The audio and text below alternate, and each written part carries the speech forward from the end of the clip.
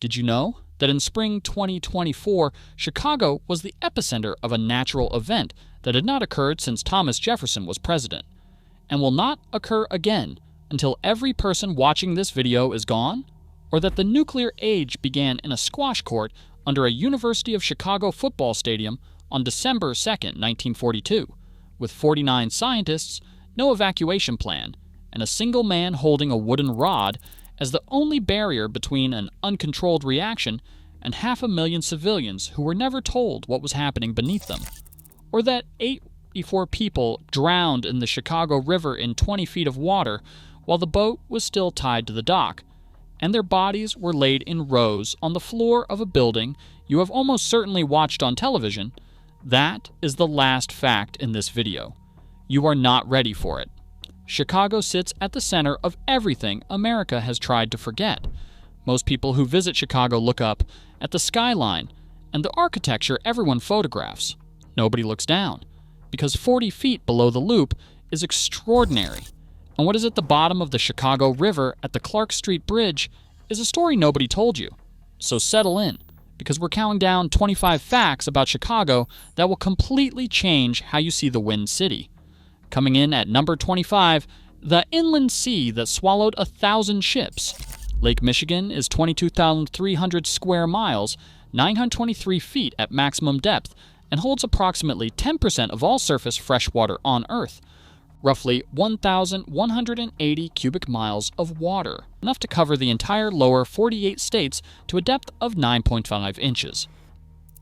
NOAA's Great Lakes Environmental Research Laboratory has confirmed more than 1,000 documented shipwrecks resting on the lake floor, most preserved in extraordinary condition by cold, fresh water, averaging below 40 degrees Fahrenheit at depth, with no salt corrosion and no wood-eating organisms. Chicago sits on the southwestern shore of this, and most people treat it as a backdrop for photographs. The Pacific Ocean gets the poets. Lake Michigan gets the missing. At number 24, the second city below the city. Since 1975, the Metropolitan Water Reclamation District of Greater Chicago has been boring the deep tunnel, 109 miles of tunnels up to 33 feet in diameter, and as deep as 350 feet below street level, with a total planned capacity of 17.5 billion gallons of combined sewage and stormwater overflow. That is 26,500 Olympic swimming pools. Laid end to end, the network stretches from Chicago to Nashville. The final reservoir will not be complete until approximately 2029. Chicago spent 50 years building one of the largest infrastructure projects in human history beneath its most famous street. It is full of sewage. It is still not finished. It is magnificent. Fact 23, the city that jacked itself up. Between 1856 and 1858, Chicago raised the elevation of its entire downtown by up to 14 feet using synchronized hydraulic jack screws. The city had been built on flat glacial lake bed at lake level with no drainage gradient, and the resulting open sewage had produced cholera and typhoid outbreaks, killing thousands. Chief Engineer Ellis Sylvester Chesbrough, whose records are archived at the University of Illinois Chicago Special Collections, oversaw individual occupied buildings being raised while functioning. In January 1858, the Tremont Hotel was lifted 6 feet by 600 workers turning 5,000 jack screws in coordinated shifts. The hotel did not close. Service continued. Guests stayed in their rooms. Chicago was built on a swamp that was killing people, so it lifted itself off the ground while people ate breakfast inside. This is not in any tourism brochure anywhere. Landing at number 22, the fire that made headlines and the fire that made history. Here's what nobody taught you about October 8, 1871. The Great Chicago Fire burned that night, 3.3 square miles, 300 dead. On the exact same night, 250 miles north, the Peshtigo Fire ignited in Peshtigo, Wisconsin, burned over 1.2 million acres, and killed between 200 and 2,500 people, the largest fire death toll in American history, documented by the Wisconsin Historical Society, because the Chicago fire destroyed the Associated Press Bureau and every major telegraph line out of the city simultaneously. Every available reporter and every wire transmission went to Chicago. The Peshtigo fire received no national coverage for weeks, has been absent from American education ever since. 300 died in Chicago, over 1,000 died in Peshtigo. History is whoever controls the wire. At number 21, the wave that needs no warning.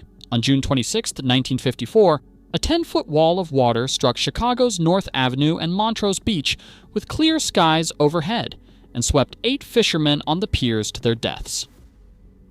NOAA's Great Lakes Environmental Research Laboratory and the National Weather Service Chicago office document this class of event, the Meteor Tsunami, as an ongoing monitoring priority. A wave generated when a squall line pushes water across the lake and then clears the far shore, releasing it back at highway speeds with no visible storm ahead of it. Lake Michigan produces these events multiple times each decade. One occurred in July 2025. The ocean gives you a weather report. Lake Michigan gives you nothing. Then it gives you 10 feet of water. Coming in at number 20, the hotel built for one purpose. Herman Webster Mudgett, operating as Dr. H. Holmes, constructed a 3-story building at 63rd and Wallace in Chicago's Englewood neighborhood, specifically to kill the guests arriving for the 1893 World's Columbian Exposition. Gas lines ran from his private office into each guest room wall.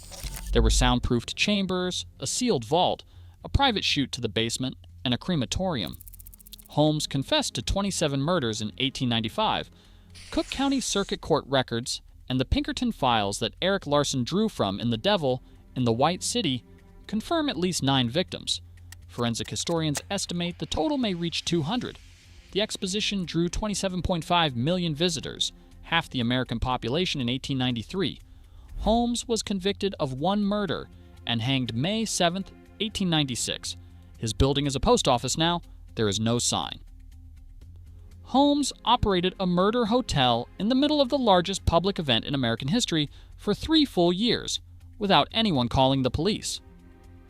This YouTube channel is considerably easier to find than H. Holmes was. Subscribing is free. We do not have a crematorium in the basement. We have checked. Hit subscribe. Hold that image. A building used for something it was never publicly supposed to be used for. The last fact in this video involves a building on the west side of Chicago that had 2 very different lives. The first one involved 844 bodies on a gymnasium floor. Stay with us. Fact 19, the river that runs the wrong way. On January 17, 1900, the Chicago Sanitary and Ship Canal opened, permanently reversing the flow of the Chicago River away from Lake Michigan and toward the Mississippi watershed, because Chicago had been dumping its sewage into the same lake it drew its drinking water from, and the resulting typhoid and cholera epidemics had killed thousands. The Metropolitan Water Reclamation District records document this as the largest earth-moving operation in American history at that date. Missouri immediately sued Illinois in the U.S. Supreme Court, arguing Chicago was now sending its sewage towards St. Louis. The court ruled for Illinois in Missouri v. Illinois, 200 U.S. 496, 1906. Chicago reversed a river, won a Supreme Court case about the sewage it was redirecting, and the river has been going the wrong way for 125 consecutive years, landing at number 18, the billion-year wound under the streets. Chicago sits on the eastern margin of the Mid-Continent Rift System, a geological formation the USGS and the Illinois State Geological Survey at the University of Illinois at Urbana-Champaign have documented as the scar left when North America began to split apart 1.1 billion years ago, and then, for reasons not fully resolved, stopped. The rift runs 2,900 miles from Kansas through Lake Superior, passing directly beneath southern Lake Michigan. Volcanic rock from 1 billion years ago lies buried more than a mile below the loop. A billion years ago, North America tried to split in half and stopped. Chicago is built on that scar. The rock under the loop is older than fish. At number 17, the jungle was real, and the FDA was the result.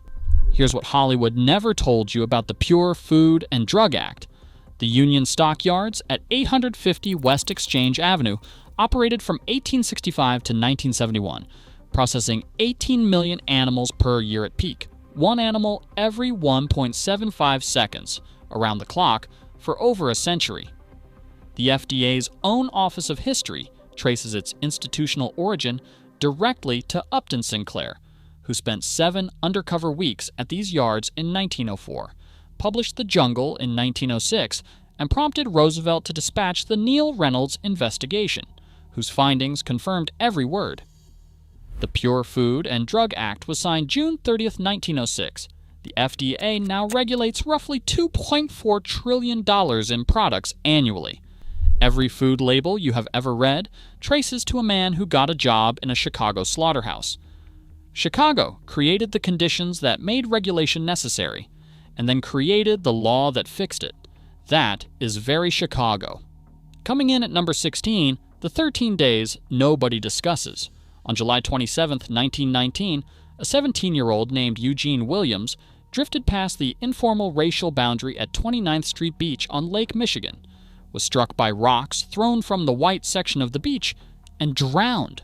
Chicago police refused to arrest the man witnesses identified. 13 days of riots followed, 38 dead, 537 injured, more than 1,000 black residents' homes burned. The Illinois National Guard was deployed. The Chicago Commission on Race Relations documented the entire sequence in a 592-page report. The Negro in Chicago, University of Chicago Press, 1922. One of the most thorough government investigations of structural racism in American history. A 17-year-old drowned for crossing an invisible line. The police watched. You have probably never heard of it. Fact 15. The absolutely fireproof theater. The Iroquois Theater at 2428 West Randolph Street opened November 23, 1903, advertised in programs and playbills as absolutely fireproof. 37 days later, on December 30th, a spotlight ignited a velvet stage curtain during a packed holiday matinee. A backstage door was opened, producing a fireball that rolled directly into the audience. Exit doors were secured with ornate European hardware that panicked theater-goers could not operate in the dark and the crush. The Chicago Fire Department's historical records and the National Fire Protection Association's case documentation confirm 602 deaths, more than double the Great Chicago Fire, the deadliest single-building fire in American history. Mayor Carter H. Harrison, theater owners, and city officials were indicted. All charges were dismissed on technicalities. The only person to serve jail time was a tavern keeper convicted of robbing the bodies. The city had just rebuilt itself in stone after the Great Fire and called the new theater fireproof. In Chicago, the word fireproof has always been an invitation. Number 14, the flood nobody could see. On April 13, 1992, construction work near the Kinzie Street Bridge displaced clay that breached the wall of a freight tunnel running 40 feet below the loop, part of a 62-mile network secretly built larger than permitted between 1899 and 1906 and abandoned since the 1950s. The Chicago River poured in. 250 million gallons flooded the Board of Trade, City Hall, the Merchandise Mart, and dozens of surrounding buildings. Damage, $1.95 billion, confirmed in U.S. Supreme Court proceedings. The city had been notified about the crack weeks before. At street level, the sun was shining. A radio reporter understood what was happening because security guards told him the water in the Merchandise Mart basement had fish in it. The tunnels are still down there. The river is still there. Landing at number 13, the sky above Chicago nobody told you to watch. Chicago sits at the convergence of the Mississippi and Atlantic flyways, and every spring and fall, hundreds of millions of birds funnel through the region. Montrose, Point Bird Sanctuary. 15 acres at 4400 North Lakeshore Drive is documented by the Chicago Ornithological Society and confirmed in Cornell Lab of Ornithology's eBird database as one of the most productive migration observation sites in the eastern United States, with more than 300 species recorded in a single season. Hundreds of millions of birds fly over Wacker Drive every spring. Nobody announces it. You go to a park on Lakeshore Drive and stand there. At number 12, the other residence. Since 2000, wildlife ecologist Dr. Stanley Geert of Ohio State University has led the Cook County Coyote Project, tracking more than 900 individual coyotes across Cook County, every zip code, Michigan Avenue, O'Hare Airport, the University of Chicago campus. These animals live in established territories, raise pups inside city limits, and have developed behavioral adaptations specific to urban infrastructure, selective nocturnal movement, avoidance of pedestrian peak hours, navigation of expressway crossings. 3 documented generations have done this. There are more than 900 of them right now. They use your train schedule. They know when Michigan Avenue is quiet. Fact 11. The thing above gate C-17. On November 7, 2006, at approximately 4:15 p.m., 12 United Airlines employees, pilots, mechanics, and gate personnel reported a silent metallic disc hovering over gate C-17 in Terminal 1 at O'Hare International Airport. It hovered, then accelerated upward through the cloud ceiling, leaving a circular hole. The FAA and United Airlines both initially denied all knowledge of the incident. Chicago Tribune reporter John Hilkovich filed a Freedom of Information Act request. The FAA was forced to acknowledge a recorded call from a United supervisor to the tower reporting the object. The FAA closed the case, attributing the event to weather, in approximately 18 minutes. NARCAP's independent 150-page investigation found the explanation scientifically insufficient. The FAA did not reopen the case. That is the entire official record. Coming in at number 10, the poisoning nobody solved. Between September 29 and October 1, 1982, 7 people died after taking cyanide-laced Tylenol in Chicago's suburbs. Mary Kellerman, 12, of Elk Grove Village, Adam Janus, 27, of Arlington Heights, Stanley Janus, 25, and Teresa Janus, 19, of Liesel, Mary Reiner, 27, of Winfield, Paula Prince, 35, of Chicago, and Mary McFarland, 31, of Elmhurst. The FBI, Chicago Police, and FDA all investigated. No one was ever charged with the murders. The case is officially open. The Federal Anti-Tampering Act of 1983 followed. The FDA mandated tamper-evident packaging on every sealed consumer product in America. 7 people died. Nobody was convicted. Every foil seal you have ever broken on a jar, a bottle, a blister pack. That is what Chicago gave America in exchange for 7 deaths that were never explained. And number 9, the school that passed its inspection. On December 1st, 1958, fire broke out at Our Lady of the Angels School at 909 North Avers Avenue in Chicago. No alarm connected directly to the fire department, no sprinklers. The school had passed its most recent inspection. The fire, documented by the National Fire Protection Association's 1959 investigation, killed 92 children between the ages of 8 and 15 and 3 nuns in approximately 30 minutes. Most died at their classroom windows, visible from the street below. The fire was set. The arsonist was likely 10 years old. No prosecution was ever brought. Every fire alarm, every sprinkler head, every illuminated exit sign above a school gymnasium door in America right now exists because of those 92 children. Most of America does not know their names. Fact 8, the heat they called a natural disaster. From July 12th through July 16th, 1995, 739 people died in Chicago in 5 days, confirmed by the CDC's MMWR report of September 22, 1995. As air temperatures reached 106 degrees, the heat index hit 126, and pavement reached 150 degrees Fahrenheit. The Cook County Medical Examiner ran out of room. The city requisitioned refrigerated trucks from a local meatpacking company to store the overflow of bodies. Eric Kleinenberg's Heat Wave, a social autopsy of disaster in Chicago, published by the University of Chicago Press in 2002, documented the city's failure to issue emergency orders and the structural abandonment of elderly, isolated residents in neighborhoods that had lost their infrastructure. Mayor Daley was out of town. They called it a natural disaster. 739 dead in 5 days is the most shameless use of that phrase in Chicago's history, with one exception. Before this video ends, we are going to the Chicago River in the summer of 1915, the largest single-day loss of life on American freshwater, 20 feet of water. The boat never left the dock. Landing at number 7, the year both clocks ran at once. In spring 2024, Brudette on its 17-year cycle, and Brudette Intend on its 13-year cycle emerged simultaneously across Illinois for the first time since 1803.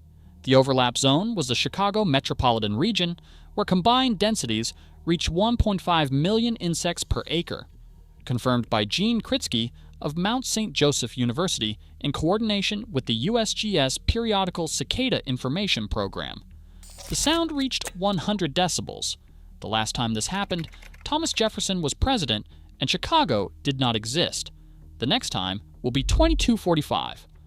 Everyone watching this will be gone. You either saw it or you didn't. Chicago was the overlap zone. And number 6, the reactor under the bleachers. Here's what Hollywood never told you about the Manhattan Project.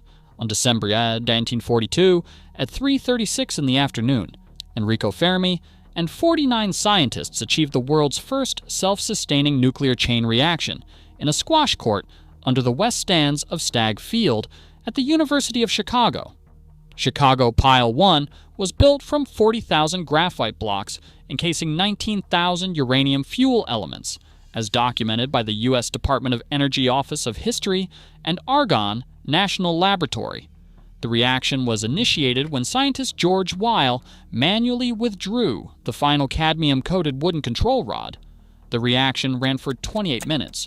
The mayor of Chicago was not told. No evacuation plan existed for Hyde Park's 500,000 residents. Fermi's own estimate of the worst-case scenario was a meltdown, spraying radioactive material through a populated city. Afterward, Arthur Compton called James Conant of the National Defense Research Committee. The Italian navigator has just landed in the New World. The site is now a parking structure at the University of Chicago, marked by a Henry Moore sculpture.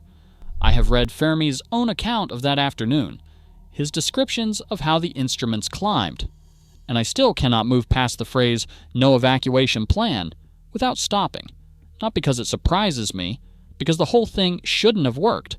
It did. Fact 5. The half-mile of swamp that made everything inevitable. Chicago exists because of the Chicago Portage, a strip of low, seasonally flooded land less than half a mile wide, connecting the south branch of the Chicago River draining toward Lake Michigan, with the Des Plaines River draining toward the Mississippi and the Gulf of Mexico. It is the only practical overland crossing between the two greatest drainage basins in North America within feasible distance. French explorers Louis Joliet and Father Jacques Marquette documented it in 1673. The Chicago Portage National Historic Site is managed by the Cook County Forest Preserve District and designated by Congress as a National Heritage Corridor. The Illinois and Michigan Canal formalized the crossing in 1848. Every railroad that converged on Chicago, every skyscraper built in the loop, every financial contract cleared at the Board of Trade, all of it traces to less than half a mile of wet ground. Chicago is not the most important city in America because of ambition. It is here because two rivers almost touch in a swamp. Coming in at number 4, the $135 million hole for a building that never came. In June 2007, construction began at 400 North Lakeshore Drive on the Chicago Spire, a 2,000-foot residential tower designed by architect Santiago Calatrava that would have been the tallest building in the Western Hemisphere.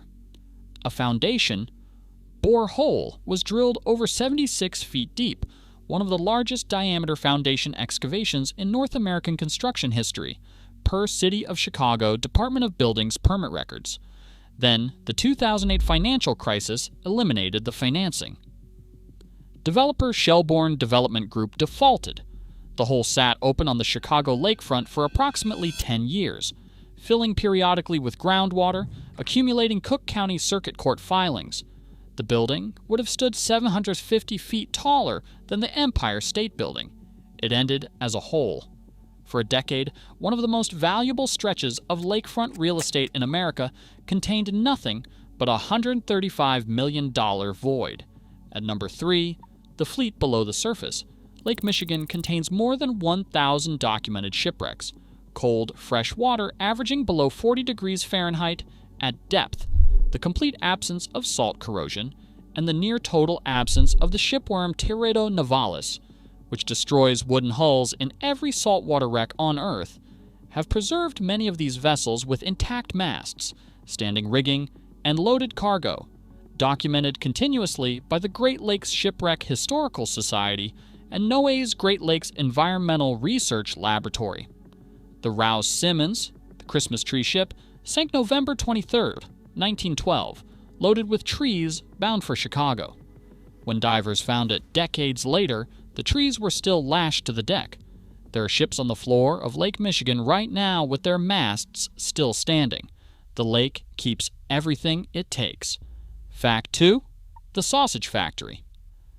Chicago had been afraid of the question of what was in the food for 9 years before Upton Sinclair published a word. On May 1, 1897, Louisa Lutgert was reported missing. Her husband, Adolph Louis Lutgert, owned a sausage factory at 1734 West Diversey Parkway.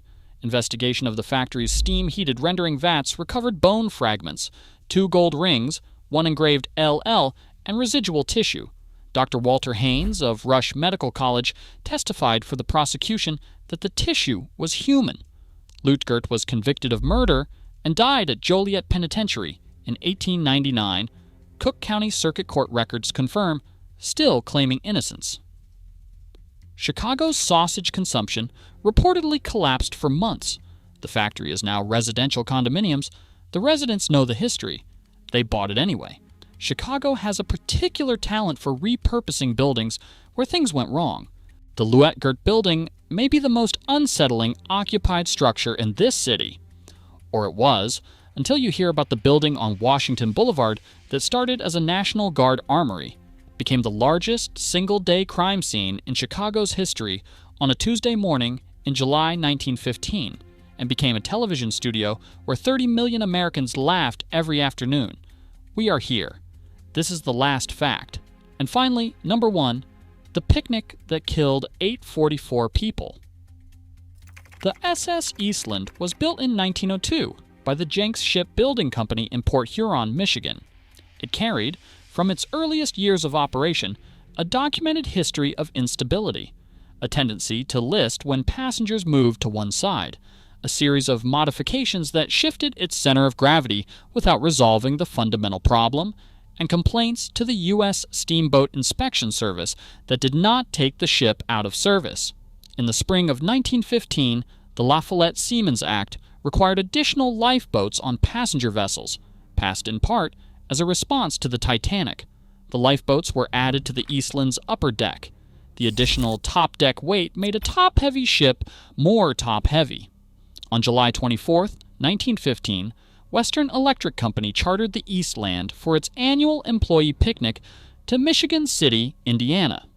The workers who boarded that morning at the Clark Street Bridge dock were predominantly Czech and Polish immigrants from the Hawthorne Works in Cicero. Approximately 2,572 people came aboard. At 7:10 in the morning, the ship began to list. The ship's engineer adjusted the ballast tanks. The adjustment failed. Water entered through open portholes.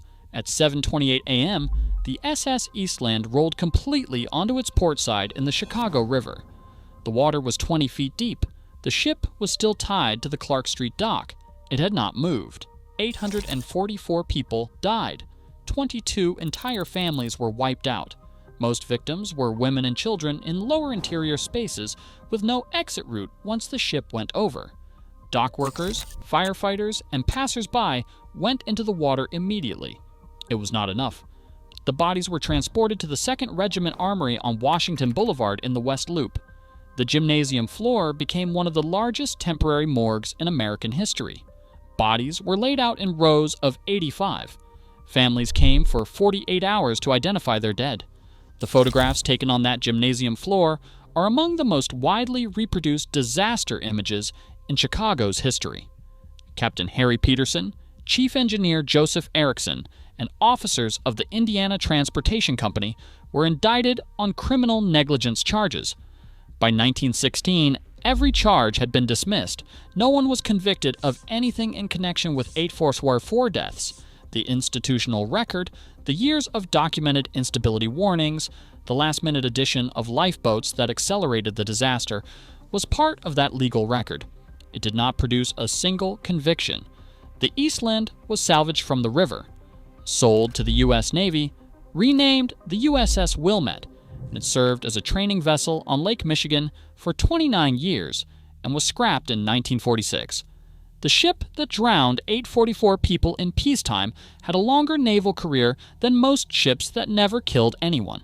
In 1988, Harpo Productions purchased the 2nd Regiment Armory for use as a television production studio. The Oprah Winfrey Show filmed there. At its peak, the program reached 30 million viewers per episode. Audiences applauded in the same space where 844 bodies had been laid out for identification. Staff at the studio, and Oprah Winfrey herself, in on-air references documented by Chicago media, reported unexplained sounds in the building, children's voices, footsteps in unoccupied areas, laughter with no source.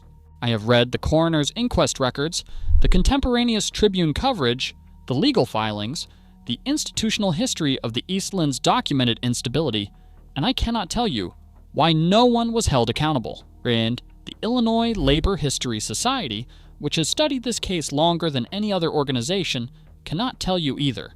The ship's instability was known, it was inspected, the inspections cleared it. 844 people are in the Cook County death records, and the answer to why no one answered for that is not in the file. It has never been in the file. A marker was installed on the Chicago Riverwalk after more than a century of advocacy. Most people walk past it without reading it.